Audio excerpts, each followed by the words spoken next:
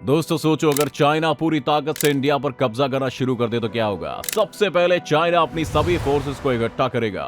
China के पास लगभग 20 लाख की आर्मी इकट्ठा हो जाएगी, जिसके बाद चाइना अपने रिजर्व सोल्जर्स और दूसरी स्पेशल एजेंसी के सोल्जर्स सबको इकट्ठा कर लेगा। और अब उसके पास लगभग 40 लाख की रेगुलर आर्मी इकट्ठी हो जाएगी। लेकिन अब बॉर्डर्स कमजोर हो जाएंगे, जिसके लिए चाइना 10 लाख की एलीट स्पेशल फोर्सेस को अलहदा कर देगा और इन्हें लेटेस्ट टैंक्स के साथ इंडियन बॉर्डर्स पर भेज देगा, ताकि इंडिया की ताकत को आजमाया जा सके।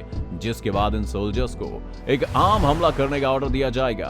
अब इंडिया की तरफ एक बड़ा खतरा पहुंच चुका होगा, जो इंडिया को पूरी तरह से कब्जाने की ताकत रखता है। लेकिन इंडिया के सीक्रेट एजेंट पहले से ये खबर भेज चुके होंगे और इंडिया पहले ही अलर्ट हो जाता है। इंडिया सभी बॉर्डर से आर्मी को इकट्ठा करता है, 12 लाख की एक रेगुलर आर्मी इकट्ठा करता है। लेकिन ये फोर्सेस चाइना के लिए काफी कम होंगे। इंडिया बाकी स्पेशल एजेंसीज को भी मैसेज भेजता है, जिसके बाद सभी एजेंसी से भी जवान इकट्ठा हो जाते हैं और कुछ 30 लाख की आर्मी जमा कर लिए जाते हैं। दिल्ली में कैंप लगाया जाता है और सभी सोल्जर्स को एक साथ इकट्ठा कर लिया जाता है। लेकिन इंडिया को अभी भी काफी तैयारियां करनी होती हैं और सभी सोल्जर्स को जंग के लिए रेडी करना होगा। लेकिन इस आर्मी में सिख और राजपूत सैनिक की 5 लाख की एक सुप्रीम आर्मी को अलग किया जाएगा और उन्हें बॉर्डर्स पर भेज दिया जाएगा, जो कि देश की हिफाजत करेंगे।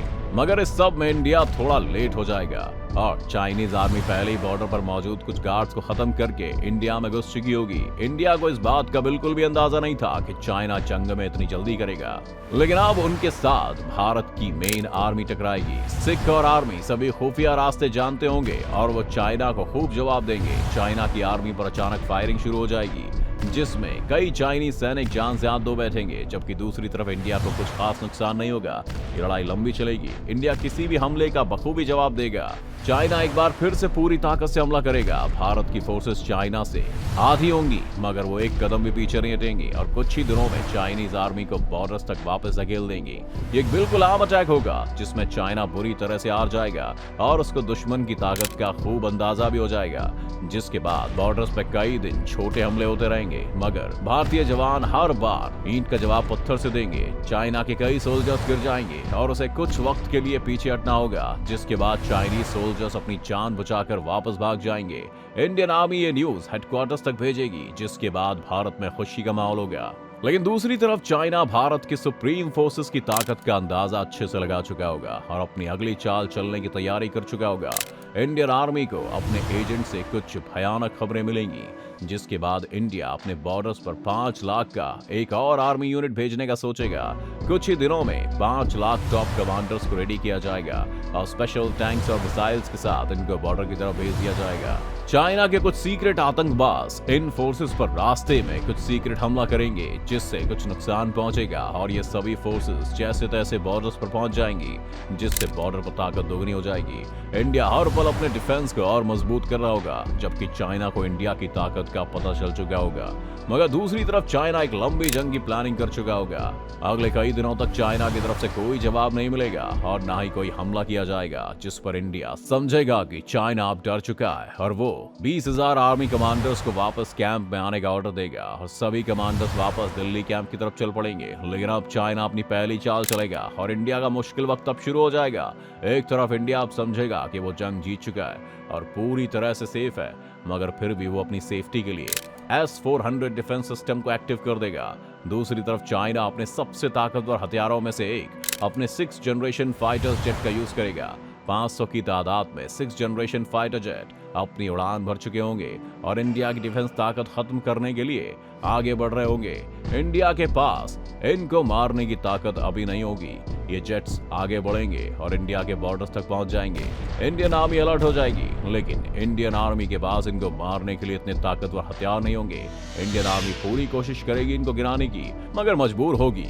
चाइना की तरफ से बॉर्डर्स पर मौजूद इंडियन आर्मी पर बड़े अटैक किए जाएंगे। ये अटैक देखने के बाद बाकी सोल्जर्स बंकर में चले जाएंगे, जबकि ये जेट्स और भी तबाही मचाने के लिए तेजी से भारत की धरती पर चले आएंगे। भारत के सीक्रेट मिसाइल इनको डिटेक्ट कर लेंगे, मगर इनको गिराने के लिए कोई टेक्नोलॉजी नहीं होगी, मगर कुछ एडवांस रेडार्स इनको पकड़ लेंगे और इनमें से कई जेट्स को गिरा दिया जाएगा। लेकिन चाइनीज जेट्स की टेक्नोलॉजी बहुत एडवांस होने की वजह से ज्यादा नुकसान नहीं होगा और बाकी जेट्स आगे बढ़कर इंडिया के ज्यादातर डिफेंस सिस्टम्स पर हमला करेंगे। इंडियन डिफेंस सिस्टम खूब हमले करेगा, मगर ये जेट्स उनकी पकड़ में नहीं आएंगे। कुछ ही देर की एक तरफा लड़ाई के बाद चाइनीज जेट्स सभी एडवांस और एक्टिव डिफेंस सिस्टम को खत्म कर देंगे, मगर इस सब में कुछ और चाइनीज जेट्स मारे जाएंगे। अपने सभी डिफेंस को इस तरह टूटा हुआ देखकर इंडिया चुप नहीं रहेगा और इन हथियारों के खिलाफ एक खूनी खेल खेलने के लिए इंडियन आर्मी के जेट्स उड़ान भरेंगे और जल्दी इन फाइटर्स को पकड़ लेंगे, जिसके बाद दोनों देशों के सबसे एडवांस जेट्स एक दूसरे के आमने सामने होंगे और एक डायरेक्ट फाइट शुरू हो जाएगी। भारत के पास 4.5 जेन और कुछ 4 जेन के जेट्स होंगे, जिनके पास चाइना के जेट्स का कोई मुकाबला नहीं होगा, मगर फिर भी वो पूरी बहादुरी के साथ लड़ेंगे और अपनी सलाहियत का इस्तेमाल करके कई जेट्स मार गिराएंगे।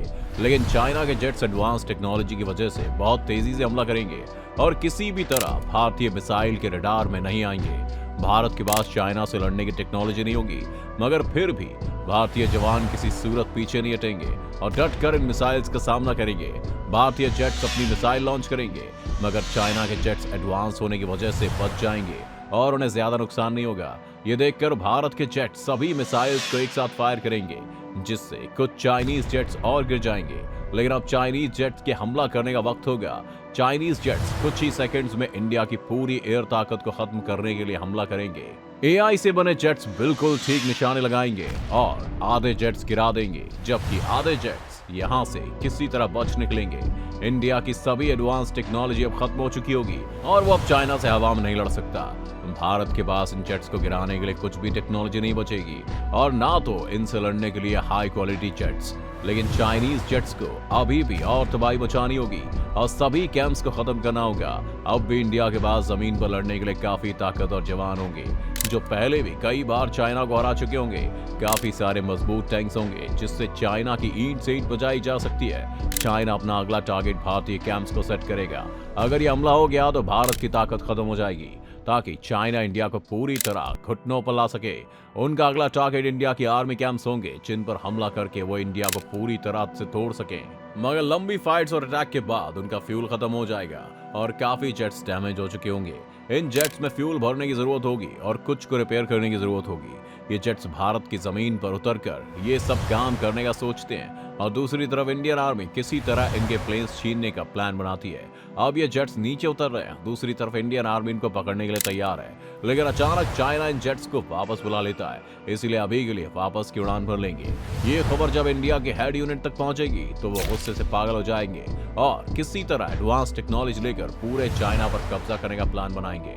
अमेरिका इस सब का फायदा उठाने के लिए फौरन इंडिया की मदद के लिए आगे आएगा और अपने एडवांस 5th जनरेशन जेट्स और मिसाइल्स के लिए भारी रकम मांगेगा। इंडिया अगर शुरू में इतना पैसा खर्च कर देगा तो चाइना जैसे दुश्मन के खिलाफ लंबी जंग बिल्कुल नहीं लड़ पाएगा। अमेरिका ये सब कुछ जानता होगा और हर बार की तरह भारत का फायदा उठाना चाहता होगा। वो गुजरात, महाराष्ट्र और मध्य प्रदेश मांगेगा, जिसके बाद वो अपनी 10,000 की American army 5th generation jets और मिसाइल्स देने का ऑफर करेगा। इंडिया अपनी जमीन का सौदा नहीं करेगा और अमेरिका को मना कर देगा। अमेरिका ये देखकर बहुत गुस्सा होगा, वो इंडिया को कुछ और ऑफर्स देगा, मगर इंडिया जमीन का सौदा कभी नहीं करेगा और अमेरिका को खाली हाथ जाना पड़ेगा। ना तो उसे पैसा मिला न जमीन। अमेरिका और ज्यादा गुस्सा हो जाएगा और किसी भी नेटो कंट्री को इंडिया की किसी भी किस्म की मदद करने से मना कर देगा। इंडिया अपने दोस्त रशिया से मदद मांगने की सोचेगा, मगर उसका दुश्मन चाइना ये बात पहले ही जानता होगा, इसलिए वो रशिया को किसी भी किस्म की मदद ना करने पर पहले ही मना कर देगा। चाइना ईरान को भी किसी भी किस्म की मदद ना करने के लिए मना लेगा, मगर रशिया इंडिया के साथ अपनी दोस्ती रखने के लिए कुछ 5th जनरेशन के फाइटर जेट्स इंडिया की मदद के लिए पहले ही भेज चुका होगा। इंडिया को जब इन फाइटर जेट्स के आने की न्यूज मिलेगी तो वो काफी खुश होगा और उसे कुछ उम्मीद मिलेगी। वो बाकी देशों से भी मदद मांगेगा, मगर कोई देश अमेरिका से भिड़ना नहीं चाहेगा और इंडिया को फूड सप्लाई और गन्स के अलावा कुछ खास मदद कहीं से नहीं मिलेगी। लेकिन यही इंडिया का एक और छुपा दोस्त भी सामने आ जाएगा, जो कि अमेरिका का दोस्त होने के बावजूद इंडिया को काफी सारे गन्स और खाने के लिए कुछ एड भेजेगा। लेकिन इतना सामान चाइना से निपटने के लिए काफी नहीं होगा। इतनी कम मदद से इंडिया की हालत बहुत खराब हो जाएगी और अपने पुराने दोस्तों की कोई मदद ना मिलने पर काफी परेशान हो जाएगा वो। दूसरी तरफ एक और खतरा भारत का स्वागत कर रहा होगा। चाइना को जब ये खबर मिलेगी कि इंडिया की मदद के लिए कुछ रशियन जेट्स आ रहे हैं तो वो पहले से ही सभी रेडार्स को तैयार कर देगा।